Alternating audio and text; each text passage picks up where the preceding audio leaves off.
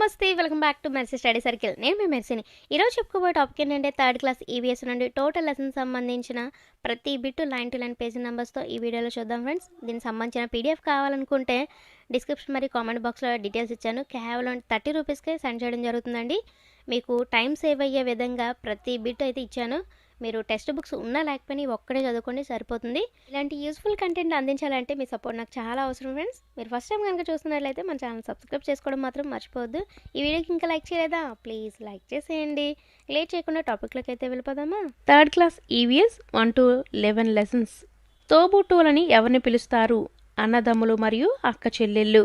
ఈ క్రింది వాటిలో వృత్తి పని ఏంటి? బుట్టలు అల్లడం, చెప్పులు కుట్టడం, కర్ర పని చేయటం, క్షవరం చేయటం. సాధారణ పిల్లలకి చర్మం రంగు గోధుమ, నలుపు, తెలుపు. ఎత్తు అంటే పొడవు, పొట్టి, మధ్య. ఎవరి నుండి సంక్రమిస్తుంటాయి? తల్లిదండ్రులు. కొన్నిసార్లు పిల్లల ప్రవర్తన ఎవరిని పోలి ఉంటుంది? తల్లిదండ్రులు మరియు ఇతర కుటుంబ సభ్యులు. క్రింది వాటిలో సరి అయినది. ఏ ఇద్దరు ఒకే విధంగా ఉండరు. రంగు, ఎత్తు, బరువుల్లో పోలికలు ఉండవచ్చు, కానీ లక్షణాలు వేరే విధంగా ఉంటాయి. మన కుటుంబ సభ్యులు లేదా ఇతర రక్త సంబంధికుల పోలికలను కలిగి ఉంటాము. ఇవన్నీ కూడా సరైనవే. మొక్క భాగాలన్నిటిలో ముఖ్యమైనది వేర్లు. ఈ క్రింది వాటిలో వేర్లకు సంబంధించి సరైనది. మొక్కని నేలలో పట్టి ఉంచుతాయి. నేలలో లవణాలను, నీటిని పీల్చుకొని మొక్క కాండం, ఆకులకు పంపుతాయి. ఇవన్నీ కూడా సరైనవే. కాండం యొక్క ముఖ్య విధి. వేర్లు పీల్చుకున్న నీటిని, లవణాలను కాండం మొక్కలోని అన్ని భాగాలకు సరఫరా చేస్తుంది. మొక్కకు ఆసరా ఇస్తుంది. మొక్కల కాండాలు విభిన్నంగా ఉంటాయి. మొక్క పెరిగే పెద్దదయ్యే కొద్దీ వాటి కాండాలు కూడా బలంగా మారుతాయి. ఈ బలమైన కాండాన్ని మ్రాను అంటాం. ఈ మ్రానులు బెరడుతో కప్పి ఉంటాయి. పెద్దగా బలంగా ఉన్న మొక్కల్ని చెట్లు అంటాం. ఉదాహరణ మర్రి చెట్టు, చింత చెట్టు, మామిడి, రావి, వేప. తక్కువ ఎత్తులో పెరుగుతూ గట్టి కాండం కలిగి గుబురుగా పెరిగే మొక్కల్ని పొదలు అంటారు. పొదలకు ఉదాహరణ గులాబీ, మందార. చిన్నవిగా మెత్తగా ఆకుపచ్చ రంగు కాండాలు కలిగి ఉన్న మొక్కల్ని ఏమంటారు? గుల్మాలు అంటారు. ఉదాహరణ తులసి, గోధుమ. ఇవి చాలా ఇంపార్టెంట్ అండి. వీటి మీద బిట్ అడిగే అవకాశం ఎక్కువగా ఉంది. నెక్స్ట్, ఏదైనా ఒక ఆధారాన్ని పట్టుకు పెరిగే మొక్కల్ని ఏమంటారు? ఎగబ్రాకే మొక్కలు అంటారు. ఉదాహరణ ద్రాక్ష, కాకర మొక్కలు. నేలపై పాకుతూ పెరిగే మొక్కలని పాకే మొక్కలు అంటారు. పుచ్చకాయ, గుమ్మడికాయ. వీటికి ఉదాహరణ పాకే మొక్కలకు ఉదాహరణ. మొక్కకు ఆహారం అందించే ఆహార కర్మాగారాలు ఆకులు. ఇవి ఆహారాన్ని గాలి, నీరు, సూర్యరశ్మి సహాయంతో తయారు చేసుకుంటాయి. ఏ చెట్టు ఆకులు వెడల్పుగా అంచులు రంపపు ఆకారంలో ఉంటాయి? మందార చెట్టు ఆకులు వెడల్పుగా అంచులు రంపపు ఆకారంలో ఉంటాయి. ఏ చెట్ల ఆకులు మన హస్తపు ఆకారంలో ఉంటాయి? బొప్పాయి చెట్టు ఆకులు. 17th question. కొబ్బరి చెట్టు ఆకులు పొడవుగా ఈనెలతో ఉంటాయి. చింత చెట్టు ఆకులు చిన్నవిగా ఉంటాయి.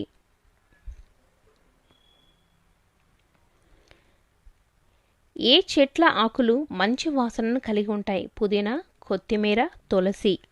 ఏ ఆకులతో టీ తయారవుతుంది? తేయాకులు, తేయాకులు. మందుల తయారీలో ఉపయోగించే ఆకులు వేపాకు, తులసి. ఏ ఆకులను విస్తర్లు పాత్రల తయారీలో ఉపయోగిస్తారు? అరటి, మర్రి. రాలిపడిన ఆకులను కంపోస్ట్ తయారీలో ఉపయోగిస్తారు. మొక్కలు కార్బన్ డయాక్సైడ్ను పీల్చుకొని ఆక్సిజన్ను విడిచిపెడతాయి.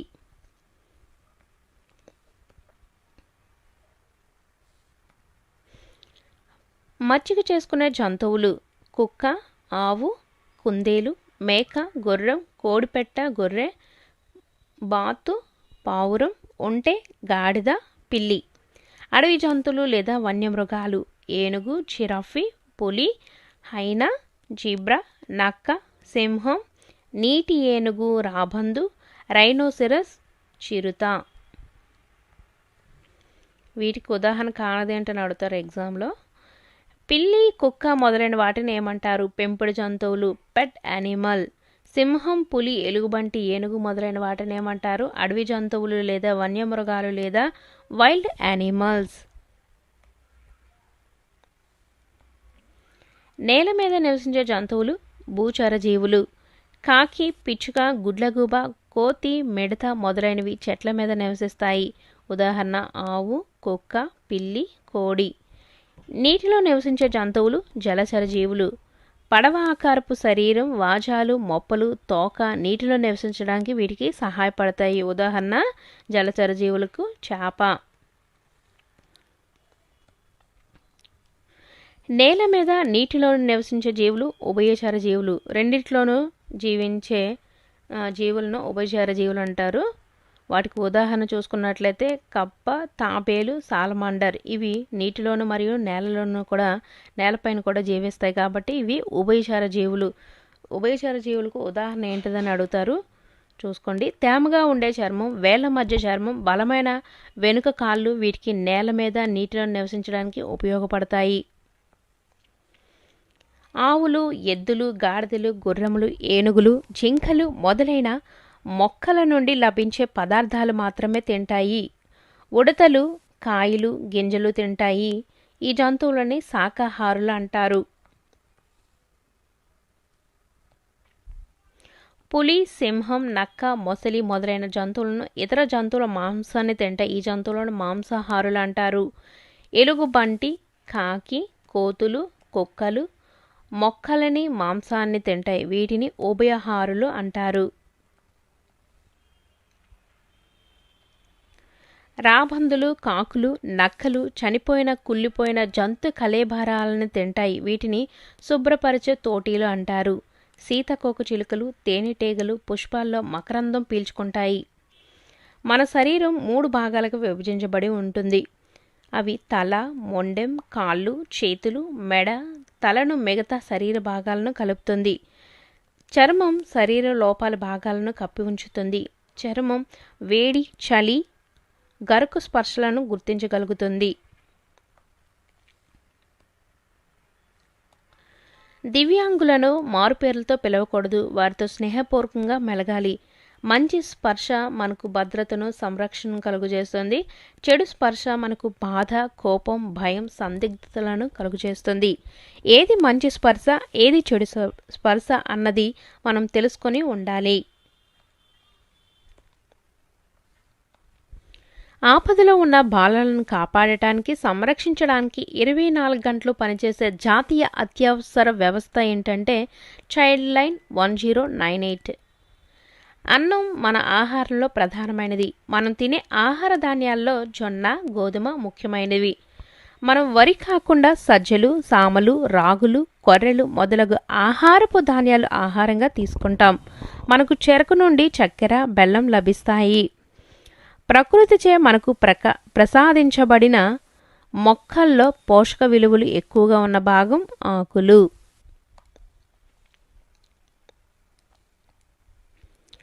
ఏ పుష్పాలను మనం ఆహారంగా తీసుకుంటాం? అరటి, కాలీఫ్లవర్. పుట్టగొడుగు ఒక డాష్ శిలీంధ్రం అనేక పోషకాలను కలిగి ఉంటుంది. ఈ విత్తనాల నుండి నూనెను తయారు చేస్తారు. ఏ విత్తనాలంటే వేరుశెనగ, నువ్వులు, ఆవాలు, సూర్యకాంతం, ఆలివ్. రాజ్మా గింజలకు మరొక పేరు ఎరుపు కిడ్నీ బీన్స్, జునుములు. పుష్పాల్లో మకరందంను పీల్చుకునేవి సీతకోక చిలుకలు, తేనెటీగలు. వండకుండా తినే కూరగాయలు క్యారెట్, ఉల్లి, కీరదోస. ప్రపంచ జల దినోత్సవం మార్చ్ 22. ఇది బాగా గుర్తుపెట్టుకోవచ్చండి. జల అంటే ఎన్ని అక్షరాలు ఉన్నాయి? 2. మార్చ్. ఇవి కూడా అసలు యాక్చువల్గా మార్చ్ అనేది 1 లెటర్ కింద వస్తుంది, కానీ ఇక్కడ చూసుకుంటే 2 లెటర్స్. 22 ఇది కూడా 2. సో ఇది ఇలా గుర్తుపెట్టుకోండి. నీరు దొరికే సహజమైన వనరులు సముద్రాలు, నదులు, సరస్సులు, ప్రవాహాలు, చెరువులు, చెలములు. నీరు లభించే కృత్రిమమైన వనరులు ఆనకట్టలు, కాలువలు, గొట్టపు బావులు, చేతి పంపులు. వేసవిలో నీటి ఎద్దడిని ఎదుర్కొనే అటవీ ప్రాంతం సీతంపేట. ఏ జిల్లా వాసులకు నీరు తెచ్చుకోవడం అన్నది ఒక పెద్ద సవాల్గా ఉన్నది? అనంతపురం జిల్లా. భూభాగం ఎన్ని వంతుల నీటితో నిండి ఉంది? 3 వంతులు.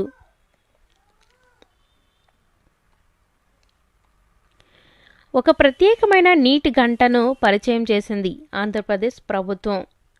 నీటి గంట రోజుకు ఎన్నిసార్లు మోగుతుంది? 2 సార్లు.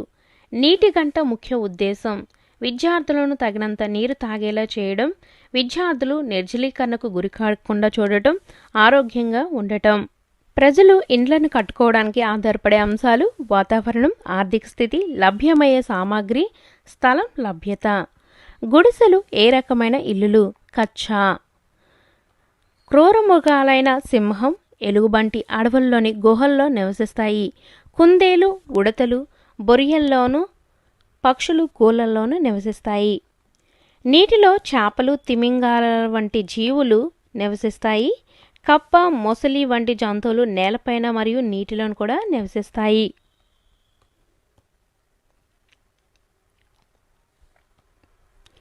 పక్షుల నివాసాన్ని గూళ్ళు అంటారు.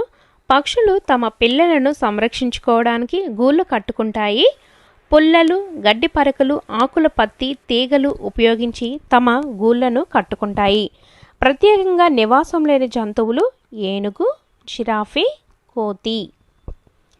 పిచ్చుక తన గూళ్ళను చెట్లపైన, ఇంటి దూలాలపైన కట్టుకుంటుంది. అది కర్ర పుల్లలు, గడ్డి, ఆకులు, పత్తి ఇందుకు ఉపయోగిస్తుంది. చెట్ల కాండానికి పెద్ద తొర్రలు చేసి నివాసం నిర్మించుకునేది వడ్రంగి పిట్ట. గిజగాడు చెట్ల చిగుర్లలో గడ్డి, కర్రపులను ఉపయోగించి తన గూళ్ళను కట్టుకుంటుంది. అది గూడు కింది వైపున ప్రవేశించడానికి ఒక ద్వారాన్ని ఏర్పరచుకుంటుంది. అదే అంటే ఇక్కడ గిజగాడు. వాగల్ డాన్స్ అను భావ వ్యక్తీకరణ విధానంను అనుసరించు జీవులు తేనెటీగలు. పాములు, కుక్కలు శత్రువులను గుర్తించడానికి ఉపయోగించే జ్ఞానం వాసన జ్ఞానం. బస్సులు నిలుపు స్థలాన్ని బస్టాండ్ అంటాం. ప్రయాణికులు బస్ కోసం వేచి ఉండటానికి, కూర్చోవడానికి అనువైన స్థలం ప్లాట్ఫామ్ ఉంటుంది.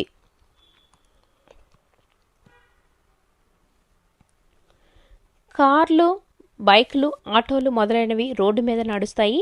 పడవలు, ఓడలు నీటి మీద ప్రయాణిస్తాయి. విమానాలు, హెలికాప్టర్లు గాలిలో ప్రయాణిస్తాయి.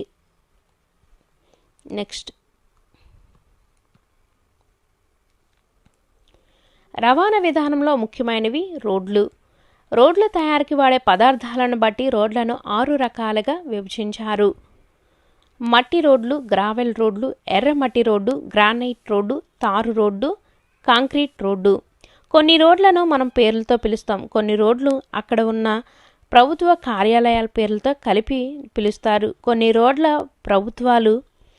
రోడ్లు ప్రభుత్వ ప్రముఖ వ్యక్తుల పేర్లతో పిలువబడతాయి. ఉదాహరణకు ఆసుపత్రి రోడ్డు, పంచాయతీ కార్యాలయం రోడ్డు, పటేల్ రోడ్డు, గాంధీ రోడ్లు మొదలైనవి.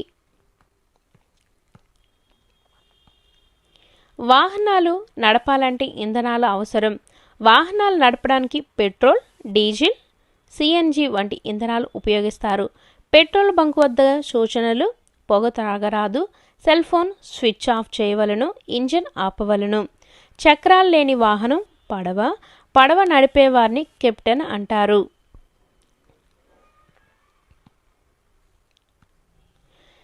ఆహారం యొక్క సమాచారాన్ని నాట్యం ద్వారా తెలియజేసే తేనెటీగలు కోలి తేనెటీగలు. భయాందోళనలకు గురి అయినప్పుడు తలను శరీరంలోకి ఉపసంహరించుకునే జీవి తాబేలు, నత్త. భయాందోళనలకు గురైనప్పుడు తలను శరీరంలోకి ఉపసంహరించుకునే జీవి తాబేలు, నత్త. గుడిసె పైకప్పు దేనితో కప్పబడి ఉంటుంది? కొబ్బరి, తాటాకులు, గడ్డి. రాతితో కట్టిన ఇండ్లు ఏ జిల్లాల్లో కనబడతాయి? రాయలసీమ. గుడారాలు మనకు ఏ చోట్ల కనబడుతూ ఉంటాయి? భవనాలు నిర్మించే స్థలంలోనూ, మిలిటరీ సైనికుల వారు పనిచేసే చోట, సర్కస్లో పనిచేసేవారు.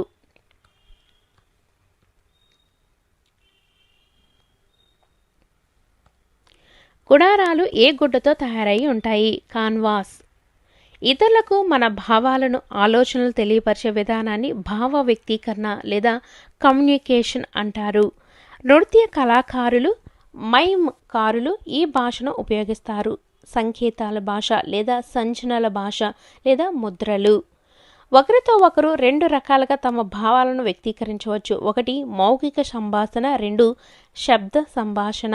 మౌఖిక సంభాషణలో వ్యక్తులు ఒకరినొకరు ఫోన్ ద్వారా కానీ పరస్పరం కానీ మాట్లాడుకుంటారు. శబ్ద సంభాషణలో వ్యక్తి తన భావాలను, ఆలోచనలను హావభావాల ద్వారా వ్యక్తపరిస్తే ఇతరులు అర్థం చేసుకోగలుగుతారు. భావ వ్యక్తీకరణ రెండు విధాలుగా జరుగుతుంది. ఒకటి ప్రత్యక్ష భావ వ్యక్తీకరణ, రెండు పరోక్ష భావ వ్యక్తీకరణ. స్నేహితులతో, ఉపాధ్యాయులతో, తల్లిదండ్రులతో మాట్లాడటం ప్రత్యక్ష భావ వ్యక్తీకరణ. ఇక్కడ వ్యక్తుల భావాలను, ఆలోచనలను వారి శరీర కదలికల ద్వారా వ్యక్తపరుస్తారు. కరచాలనం అనేది ప్రత్యక్ష భావ వ్యక్తీకరణ. మనం దూరదర్శిని చూడటం ద్వారా సమాచారం తెలుసుకోగలుగుతాం. దీన్ని పరోక్ష భావ వ్యక్తీకరణ అంటారు.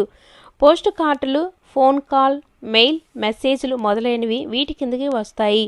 పరోక్ష భావ వ్యక్తీకరణ.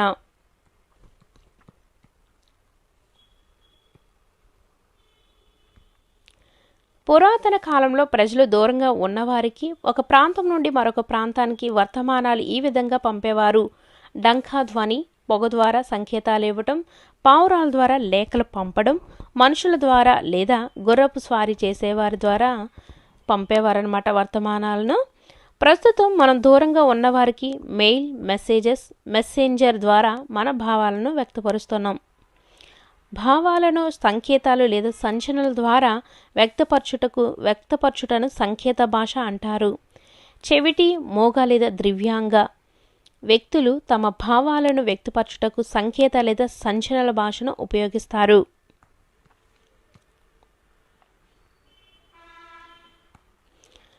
పక్షులు పొలంలోని ధాన్యపు గింజలను తినకుండా ఉండడానికి రైతులు దిష్టిబొమ్మలను పెడతారు. పక్షులు దిష్టిబొమ్మను చూసి కాపలా మనిషిగా ఊహించుకుంటాయి. ఇది కూడా ఒక రకమైన భావ వ్యక్తీకరణే.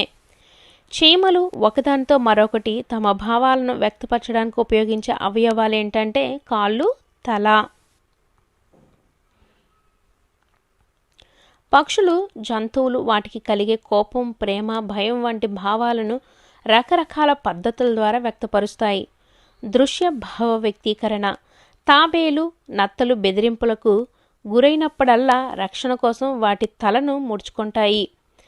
కుక్కలు సంతోషంగా ఉన్నప్పుడు వాటి తోకను ఊపుతాయి. ఇవి దృశ్య భావ వ్యక్తీకరణ. శ్రవణ భావ వ్యక్తీకరణ ఏంటంటే వినటం అనమాట. దృశ్యం అంటే చూడడం.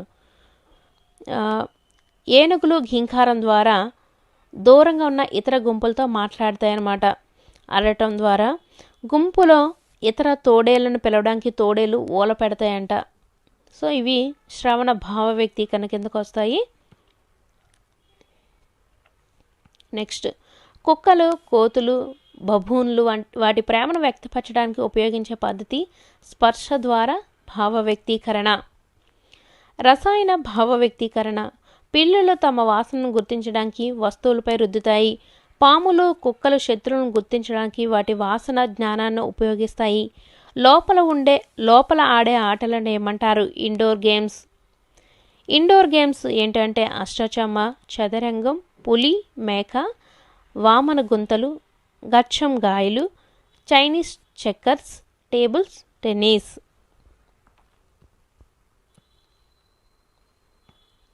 ఆనందం కోసం మనం శరీరం తేలికగా ఉండడం కోసం చేసే ఒక క్రియనే వినోదం అంటారు. ఉదాహరణ చదవడం, ఆటలు ఆడటం, సంగీతం వినటం, నృత్యం, టీవీ చూడటం, తోట పని, ప్రయాణించడం. అలాగే తోట పని చేయటం, ప్రయాణించటం.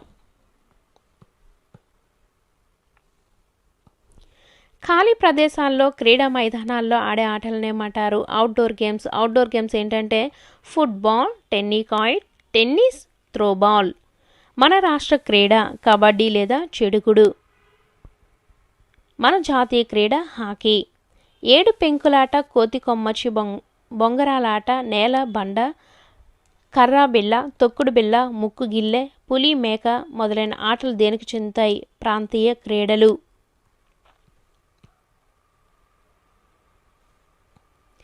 ఏ ఆట ఆడేందుకు మనం రింగ్ బాల్ను, తాడును ఉపయోగిస్తాం? టెన్నికాయిడ్.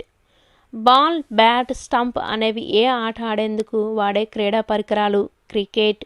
పిల్లలు ఎలాంటి ఆటలు ఆడటం ద్వారా ఊబకాయం వస్తుంది? Video games. పిల్లలు ఆట స్థలంలో రోజుకు కనీసం ఎన్ని గంటలు ఆడాలి? 2 గంటలు.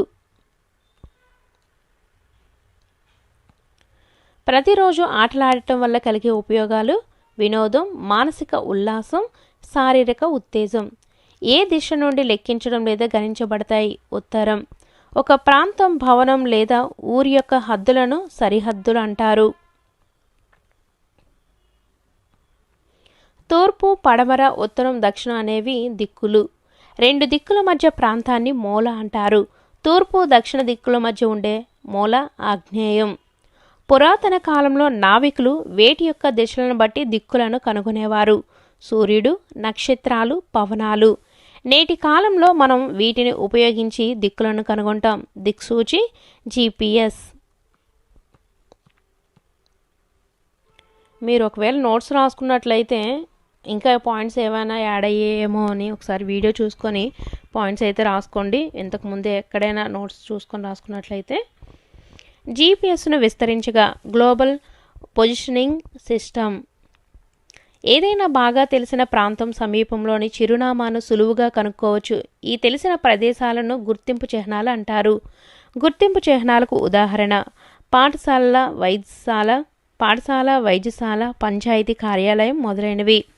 గుర్తుల్లో కూడిన చిత్రాన్ని పటం లేదా మ్యాప్ అంటారు. గుర్తులు అనేవి గుర్తింపు చిహ్నాల ప్రదేశాలను తెలుపుతాయి. గుర్తింపు చిహ్నం అనేది ఒక ప్రాంతంలో బాగా తెలిసిన ప్రదేశం.